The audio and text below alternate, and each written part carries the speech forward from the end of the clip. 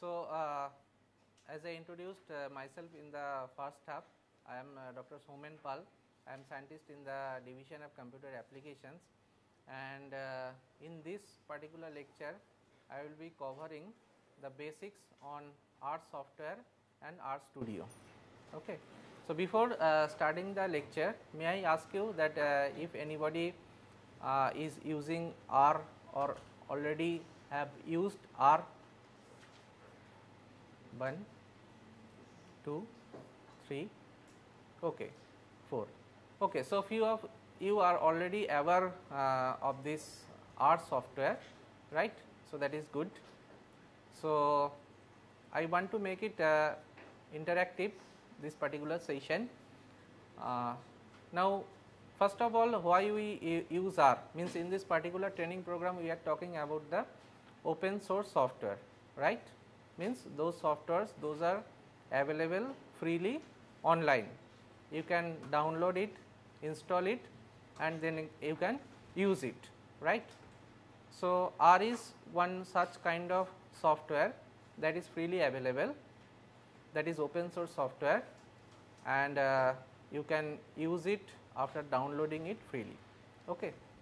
So this is one advantage of using R statistical package over other statistical packages, right? Like you may have been used SPSS, SAS, right? Those software. R is also a statistical package or software, but advantage of this R is over the SAS on SPSS that it is freely available, that is open source, it is open source software. Now, we will try to know what are the other advantages that this R software is having apart from it is available online open. Okay. So, what are those? Those who have already used R, they might have put some points on that. What may be those points? Any one of you can tell?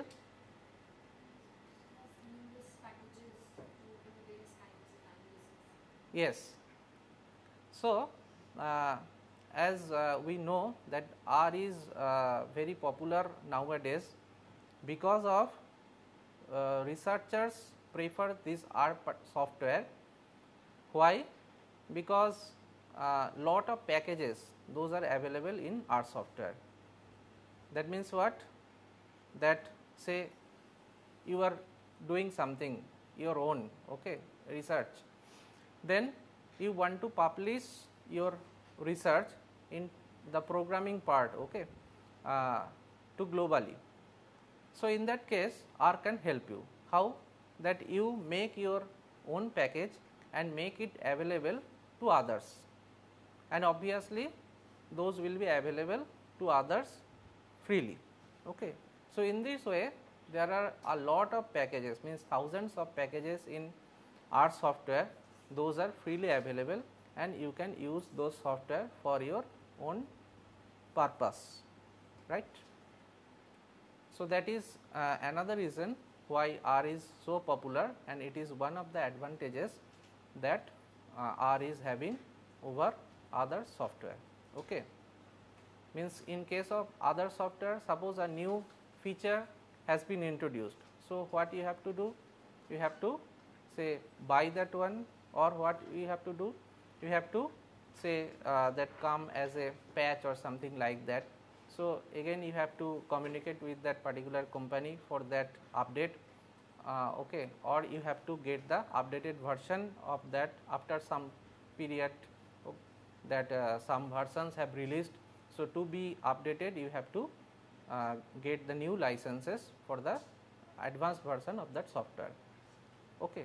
So in this case R is also unique, like the new features, means programmatically in software point of view you will get newer versions of R available online, say after once, twice in a year or thrice in a year they usually release their own versions, those are available online, and the packages, those are also available freely. So this is another advantage of using R. What else? Robust. Robust means more accuracy in compared to other freely available software. Okay, we don't focus on this particularly, because means when we talk about the standard software, standard packages like SPSS, SAS, we cannot say that those are inaccurate. Okay, so those are also very robust kind of software. So we cannot say that it is robust than its competitors. Okay. Yeah, acceptable means researchers usually prefer the open source softwares, okay, like R. Nowadays Python is also coming, okay. So those are open source software. So generally researchers prefer those software. Then what else? It is one of the reasons is it is also having very good graphical facility with it. Okay, those who have already used this, they know that it is having good graphical facility and it is competitive enough to its means other software packages like SAS, SPSS. It provides a very good graphical facility, and lot of exclusive packages are there. Those are basically meant for graphical representation of your statistics like ggplot and others. Okay. What else? Means we can say it in other way, like mainly for the non-statisticians or who are not that much acquainted with the subject statistics, that for them like SPSS is very much user friendly, okay, and you just get the output simply by clicks, few clicks, okay, click based. But R is not that kind of software, right? You have to program yourself each and everything almost, but obviously you will be using packages, but to know the features or functions that are available in the packages, you have to go into deeper into the statistics. So when you go deeper into the statistics and you write your own programs, so obviously you will be having more understanding, right? You will be having more understanding of what you are doing. Sometimes what happened that in the click based system, that what we call, it seems a black box to us, okay, means we have certain data with us, we provide the data to the software, and on certain clicks you will get one output, but what is actually going on in the background, that seems as a black box. We are not aware basically what has actually happened internally, but R is not that kind, because you have to write at least few of lines of code of your own, and when you can write your code, when you are aware of the statistics, when you are aware of the internal steps, that okay, I am doing these things and for this particular thing I am writing this, okay, then it will be more clearer to you. So in that sense, this is kind of advantage that you will be more aware what you are actually doing, okay. And other advantages means those are not advantages I can say, but few features like it is available for all the OS versions, like you can use it in Windows, then Mac version is there, in Linux you can also use R, okay. So you will find it for many versions. Then may I ask that what particular integrated development environment is used, the Core R or some GUI like RStudio or what? Studio. GUI means you have used RStudio? RStudio. Okay. So now nowadays we are also having different GUIs, those are available on the top of R, means R is at the core, R software is at the core, and then on top of that core R software you will be having certain, that is called the IDE, integrated development environment, okay, that is available. Like very popular one is the R Studio. So, when you use R Studio, it is more user friendly than the core R software. Okay. So, there you will find that, say for data importing you will be having certain tools for data importing, then when you want to install packages, okay, then you can install packages by few clicks, then you can load the package. Then there is certain features like called IntelliSense, means when you are programming something, then we will find that it will predict what you want to write and it will provide some IntelliSense, so that you can be aware of that what is the functional form of that particular function you want to use, and then you will find that what is the how to write that particular functions, what are the parameters, and what is the package name where that particular functionality is available, function is available, like so many things. Okay. So, with this I go forward with R software. First of all, I give you the theoretical, some theoretical aspect of R software and some descriptive statistics. Okay. I will see how much I will cover in this particular session. Then we will go for practical, actual hands on, where we will be actually doing the R programming. Okay. Now, one more thing is that, means the software name is R, okay, as well as the name of the language which you are using in R software, that is also called R. So, R is the name of the software as well as it is the name of that programming language that you will be using in the R software. Okay. Then I can say some few characteristics of this particular R language, like it is case sensitive. Okay. Case sensitive, you know that when you write small ABC and when you write capital ABC, those two are different. Like if you have used certain software like C language or any of the language you may have covered in your course curriculum, like when we save one particular data into one variable, okay, we name that variable like x is equal to 5, y is equal to 10, or you are having one Excel file with you, there two columns are there, x and y, x is having certain values 1, 2, 3, 4 up to 10, then y is having certain values. So, you have used this kind of data set. Now, when I want to store a particular data set or a single valued data, we will store it in a variable. Okay.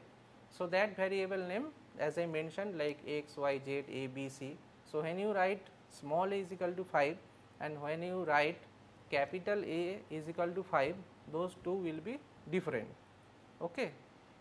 So, this R program is case sensitive. Okay. That means it will not work if you have defined small a, then you are trying to access capital A as a variable, it will not work. Okay. In that sense, it is case sensitive. Then certain other features are there, like when we talk about the just I mentioned variable. Okay. Variable is basically what variable we use to store different types of data. So, when we go for any particular programming language, there are different types of data. Okay. So, what types of data you normally use in your day to day study? Like to name a few like vector. Okay. So, vector is a series of data of same kind like 5, 7, 8, 9, 12, 15, this is a particular set of data. So, this is we can say one dimensional array basically. Okay. So, we use one kind of data that is called the vector, and this may be of different type, like it may consist of simple integer value like 5, 7, 10, 12, 13, then it may consist of other data types, like you can use what is called say 5.7, 7.6, 8.2. Okay. So, data with certain decimal values. Okay. Then you can use some string values like name. Okay. So, you write A, B, C, D. Okay. Then your name, some other's name. Okay. So, that may be another kind of values. There may be some other type of values, like when we get data set like say we got a survey data where we ask the user to fill up the data. Suppose if you like it, then plus, if you do not like it, minus, or some ordinal range like good, very good, then poor, then very poor, then extraordinary, those kind of data. Okay. So, it can also deal the ordinal type of data also. Okay. Then certain data like maybe logical kind of data like true false. Okay. That is another kind of data type. So, that we can also use. So, this is one kind of data set that is called the data type, that is called the vector, through which we can deal with this type of data set. Then what are other different types of data set? Like we call matrix. Okay. Matrix is altogether a different kind of data structure. Okay. So, there is another type that is called the matrix. Then if we say okay, we will be having data of mix up kind of things, like you are having numerical data as well as having some non-numerical data. Okay. You are having numerical data, along with them string type data is there. So, for that what we use means in R, that is called the list. So, list is basically a data structure where you can use data of different types, Okay. Then often we need say two dimensional data. Okay. Say like m by n table, you will be having two dimensional data with you. So, generally for this two dimensional data we may use array type of data. Okay. Or even you may go for more than two dimensional data, like this particular training programs the title is high dimensional data. Okay. So, if high dimension means more than two dimensional, that is one kind of high dimension. So, for high dimensional data you can also use this array type of data structure. Okay. So, basically your means learning of R will be starting with practicing on defining of different data types, okay, like vector, matrix, then list, then array. Then you will be doing certain small exercise on that data set, or at least how to define the data set. Then what will come, like you are having your data set, then how to import that data set into R environment. First of all, you are having data, then how to import that data set into the R environment.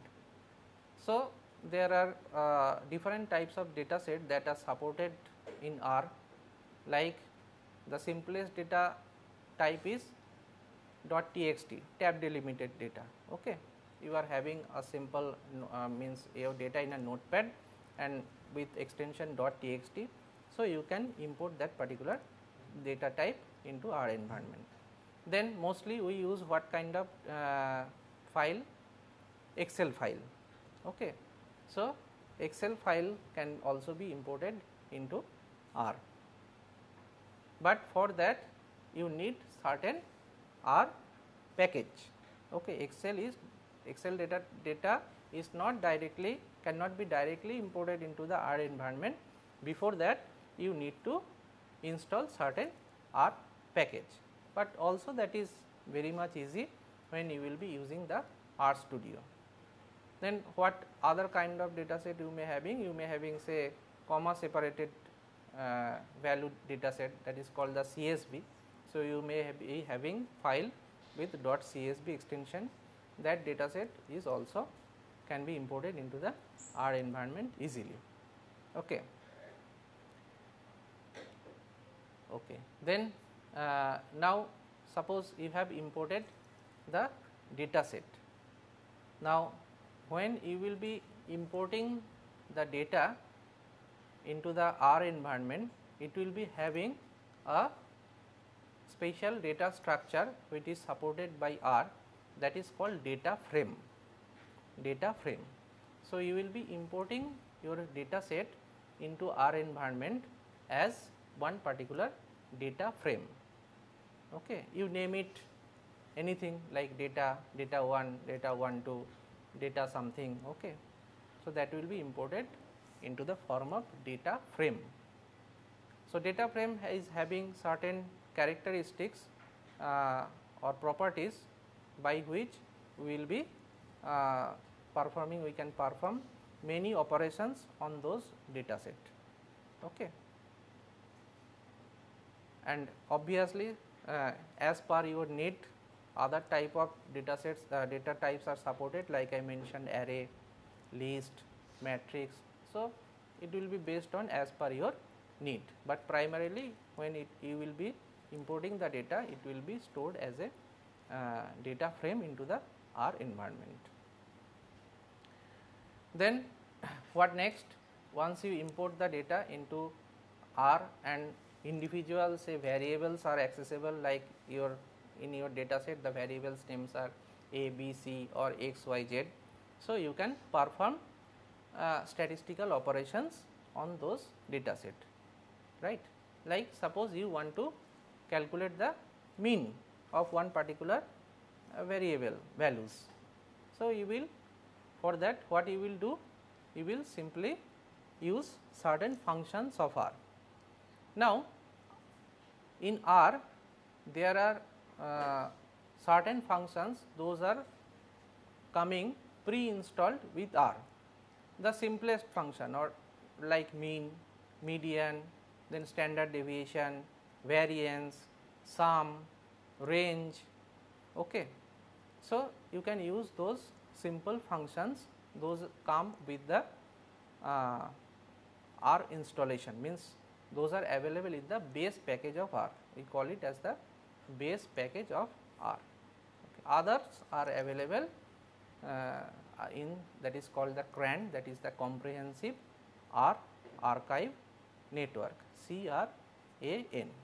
Okay.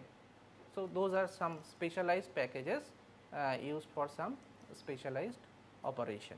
Okay. Otherwise, you will be finding the simple functions in the R base package. Okay. Then what else we will be doing in R? We will be doing some more analytics on that. Okay. That is some things, specialized kind of things. So, for that we need to install the packages and perform the operations. Okay. Okay. So, I continue with some of the descriptive statistics that most of you are aware of. Okay. To start before starting the practical, I just discussed with some descriptive statistics that we will be doing in the practical session.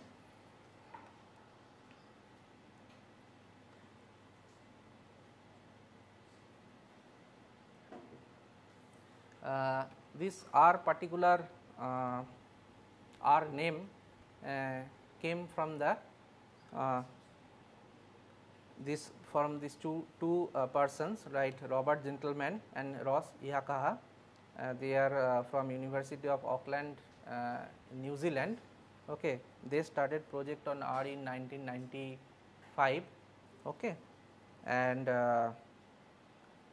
from the first means letter of their names is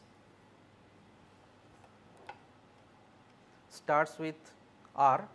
Okay, and from there this R name has come. Okay. And currently it is maintained by the R development core team.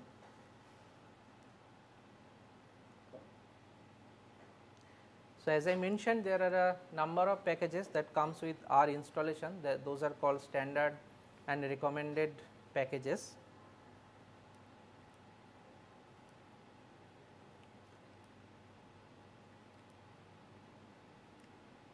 So, I think we have all discussed these points, right, why we will be using R or what are the advantages of using this software.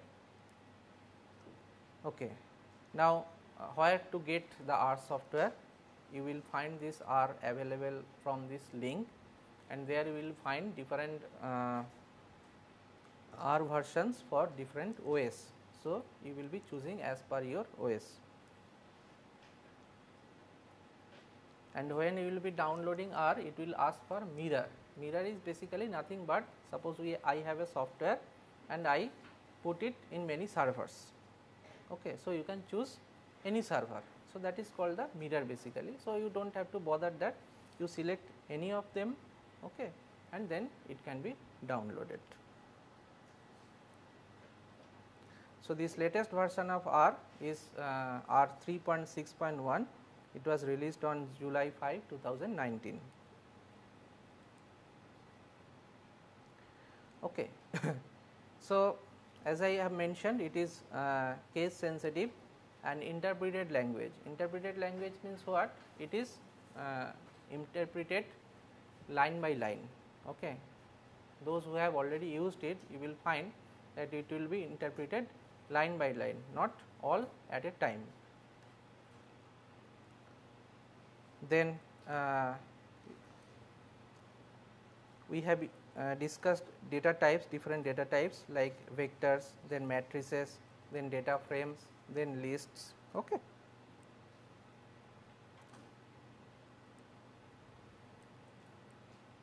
Okay. Then the graphical user, there are many graphical user interfaces or GUI or ID for R. Those are few names as it is listed here. So, you will be concentrating upon the R Studio. Okay. This is the ID for R. Now, before you install the R Studio, you need to install the R software at first in your system. Okay. Because as I mentioned, R is the core, and on top of R software there will be R Studio. So, you have to first install the R software, then the R Studio.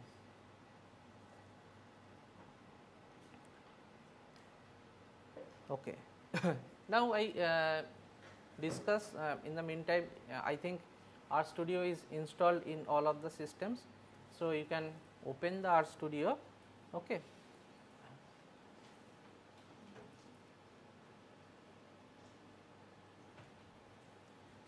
Now, when you open the R Studio, you will find there are different windows available in the R Studio. So, it is basically there are 4 windows. Okay. When you will be opening the first time the R Studio, maybe the topmost right hand window that may not appear. Okay.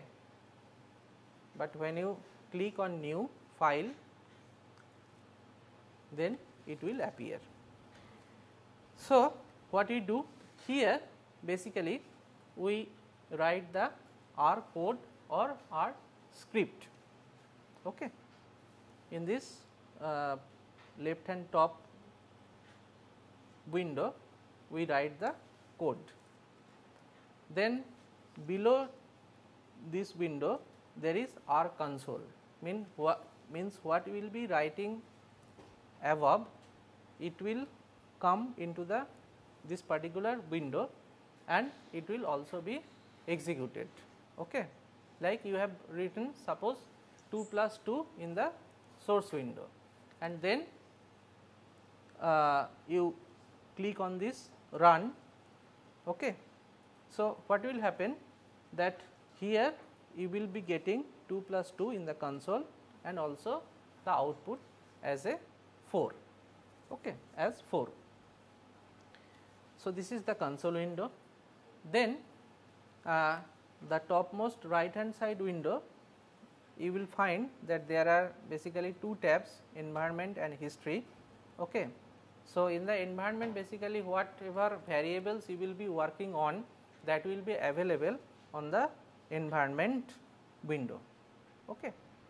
What will be the variable? Like I mentioned, you have defined x is equal to 5, y is equal to 10. So, those variables will be available in the environment window. The current R sessions variables, okay, that will be available in the environment. And then history means whatever commands you have used in your present R session, that will be available in the history tab. Okay. The entire R sessions commands that you have used, that will be available in the history. And in this particular the below one right hand side, here you will be having few options like files, then plots, then packages, then help. Okay. So, we will be discussing it when we will be doing the practical session. Okay. Basically, there are 4 windows in the RStudio. Okay. I am not discussing this in the theoretical part, because it is more of the practical kind of thing.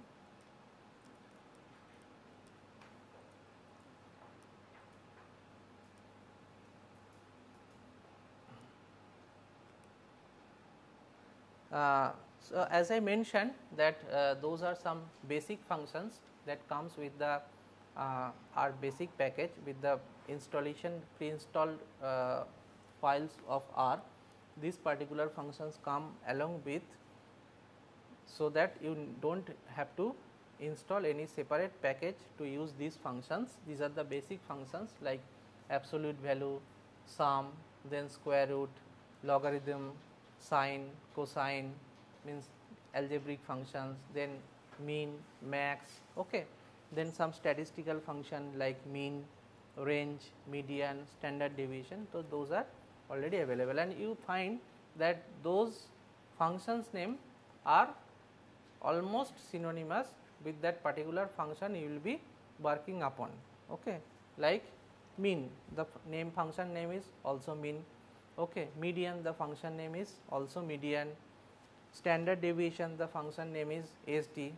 So, most of the cases you will find those are almost synonymous with the name of the functions that you will be using. Okay.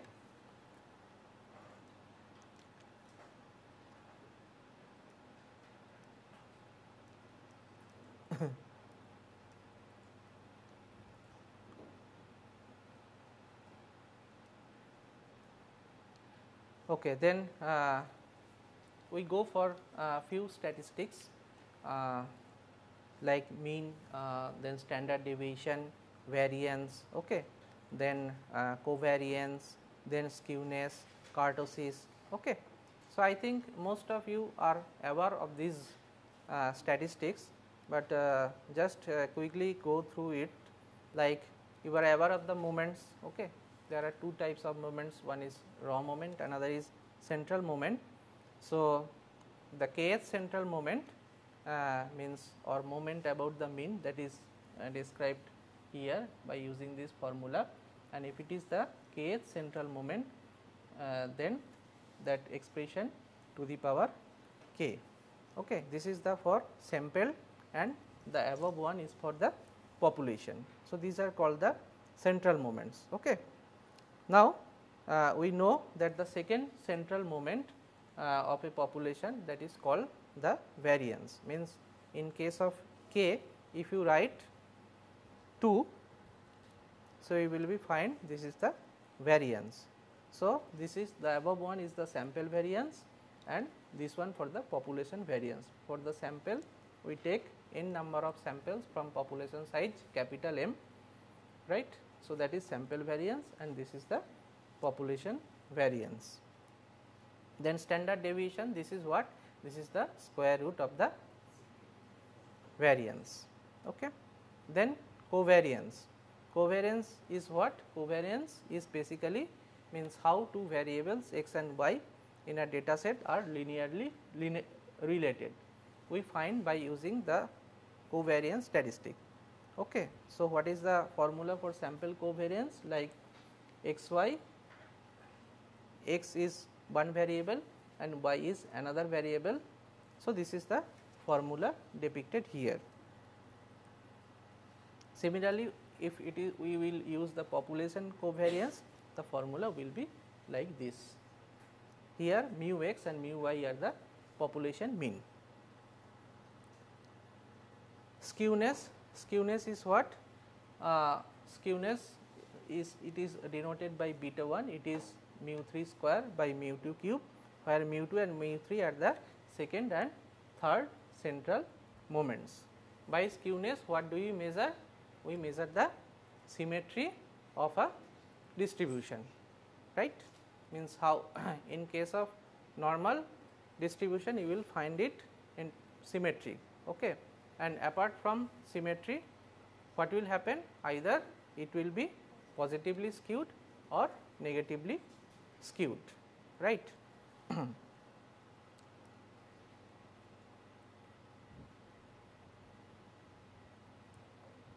Like in case of symmetric distribution, you will find the mean, median and mode, they coincide in the same point, okay, same position. This is the symmetric distribution, and here two halves of the distribution will be mirror of each other.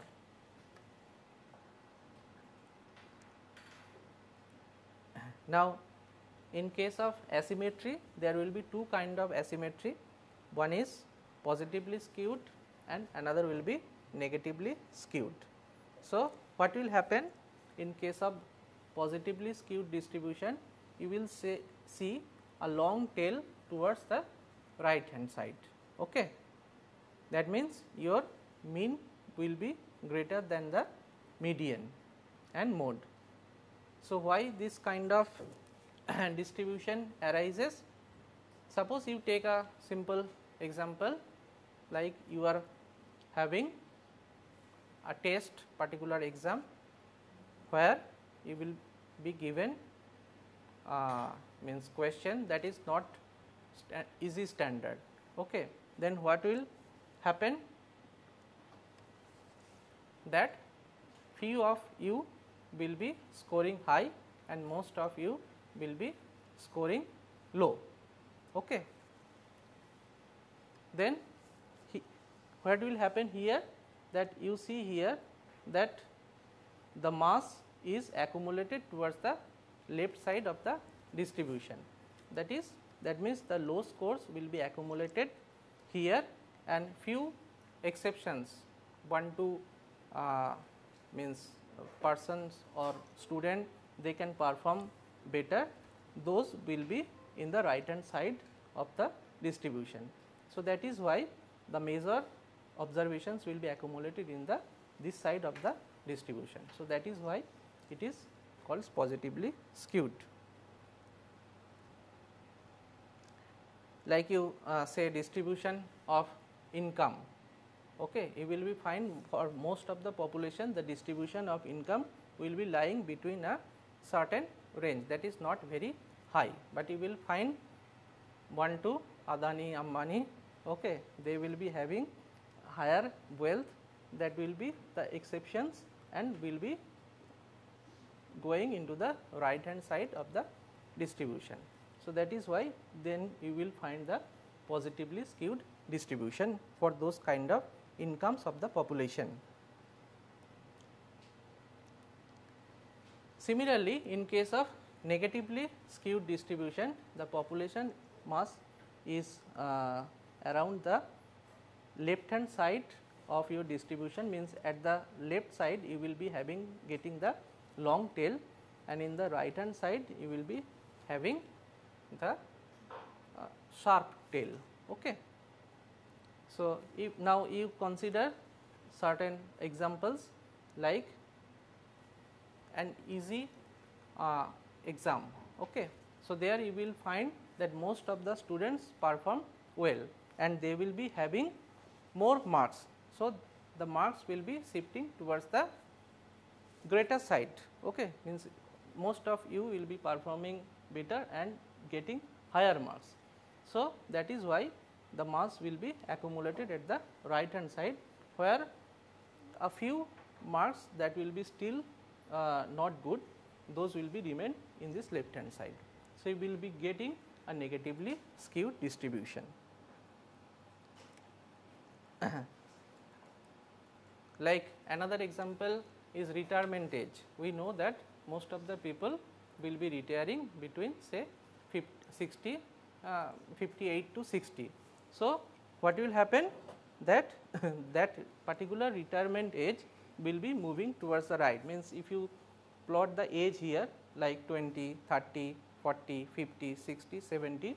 So, the retirement age will be accumulated at 60 to 70 or 50 to 60. So, that is why you will be having more frequencies in the right hand side, where some people, means this is a current trend that some people declare their retirement as the age of 40. Okay. So, you will find few exceptions and those will be accumulating at the left hand side. Okay. So, in this case the mean value will be less than the median value or mode.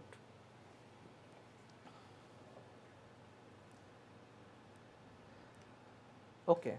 Now, we will be discussing what are the corresponding R packages and how to calculate the skewness and kurtosis. Okay. So, kurtosis is what? Kurtosis, by kurtosis you can visualize the pickedness of the distribution. Okay. So, there are this is denoted by beta 2, that is mu 4 by mu 2 square, that is mu 4 divided by mu 2 square, it is denoted by. So, there are three types, one is called the leptokurtic, one is called the mesokurtic and another is called the platykurtic. So, what is leptokurtic?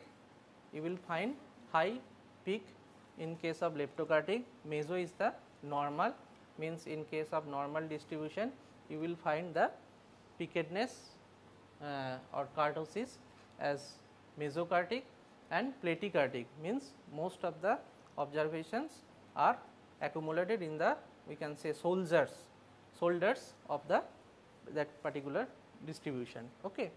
So, here you will find peak of means little bit less. So, that is called the platykurtic.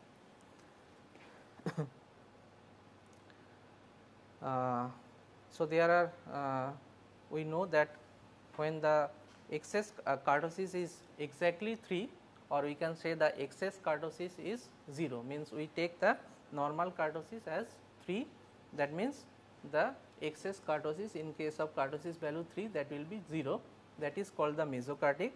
And when the kurtosis is less than 3, that means excess kurtosis is negative, okay, then it is called the platykurtic. In this case the tails are shorter and thinner as we have seen, and central peak is lower and broader, okay, as I have seen earlier.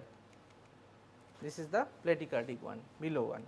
And then when the kurtosis having more than value 3, that means excess kurtosis is greater than 0, then we called it as a leptokurtic, and its tails are longer and fatter, and central peak is higher and sharper. Now, why we need this kurtosis? You see, in this particular 3 distribution, one is uniform, one is normal and one is your logistic. You see here that all the 3 distribution are having mean 0, and standard deviation 1.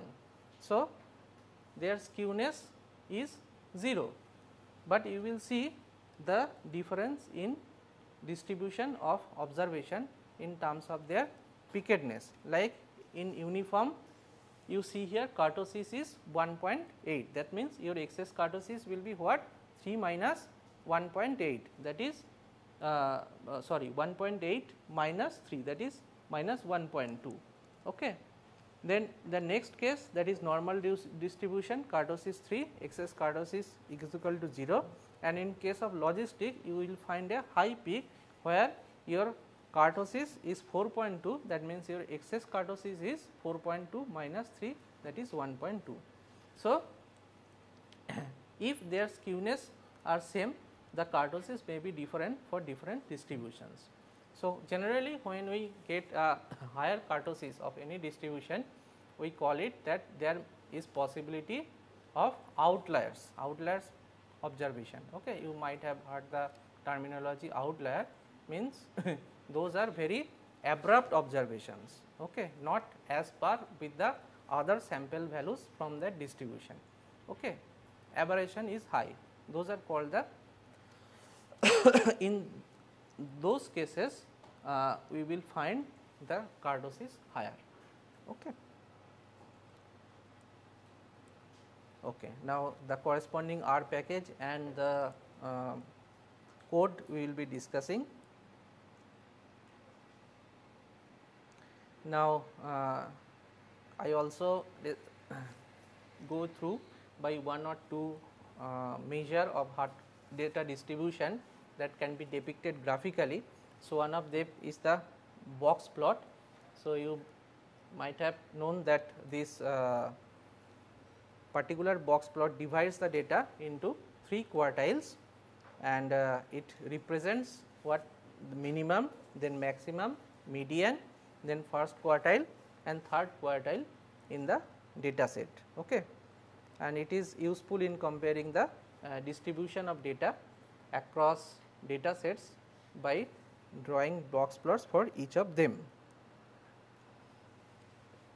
So, why do you need box plot? Suppose this particular example here, you will find that mode, median and mean value are same, but still the distribution of the observations are different. You see the distribution above, those are accumulated, means centrally, okay. Those values are means very nearby values, whereas in the second case there are means diversified values and distributed over a range, long range. Okay. So, to know what a kind of distribution is, how the observations are distributed, we have to find out through graphically by using box plot. Okay. Like we get the minimum value, then Q1 value, Q3 value, median value, maximum value through this box plot, and also we can detect the outliers. Okay. Those are beyond the this particular range, those are the outliers. Okay. Then histogram, you know what is this? This is basically the frequency distribution of a variable as vertical bars with this particular area of the bars. It denotes the frequency of items found in each class interval, and also it is also useful to assess the distribution of the variable. Okay. So, here you will be having different classes and their corresponding frequencies. Okay. So, this is called the histogram.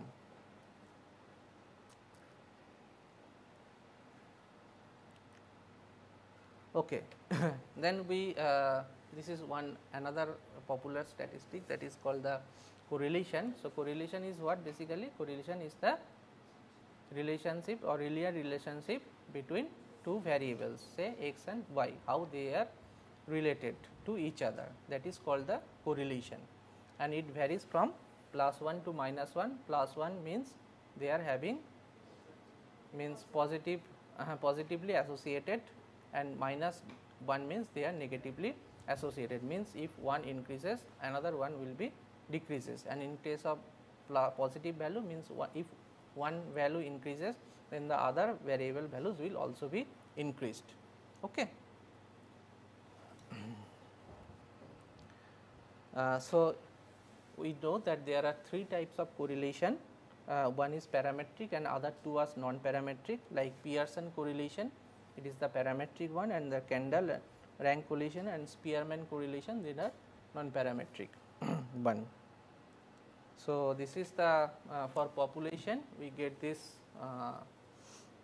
expression for calculating the correlation, that is it is basically the covariance between x and y divided by their standard deviation sigma x into sigma y, and for sample we get this r x y, the expression is like this and it can be rearranged like the lower one.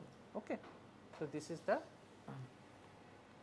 formula for calculating the correlation, this is called the Pearson correlation. Okay. Then we will also see regression analysis. Now, what is regression? Regression is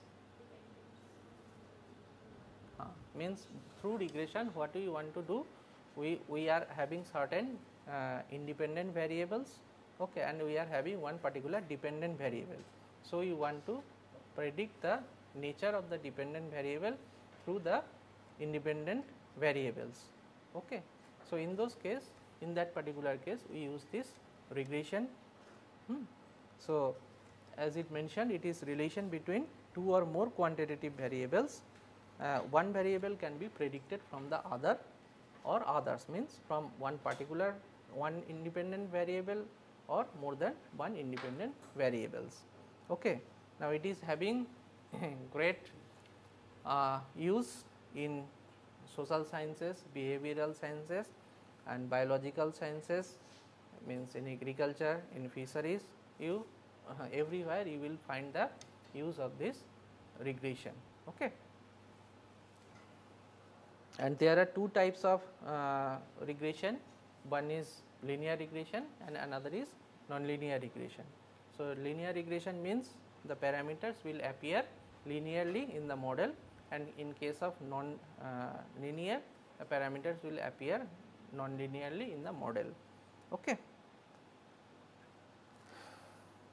So, the basic form is, generic form is like this: if y is your dependent variable and x1, x2, x3 those are the independent variables, then linear regression model can be written as y is equal to beta naught plus beta 1 x1 plus beta 2 x2 dot dot dot beta p xp, where these betas are the unknown parameters.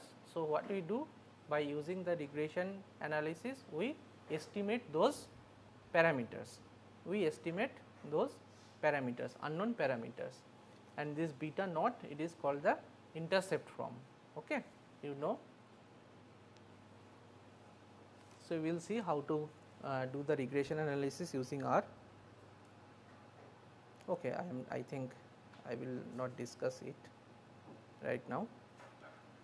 So, these are the some descriptive statistics that we will be using in the practical session, like mean, median, mode, standard deviation, then correlation, regression, skewness, kurtosis, etc.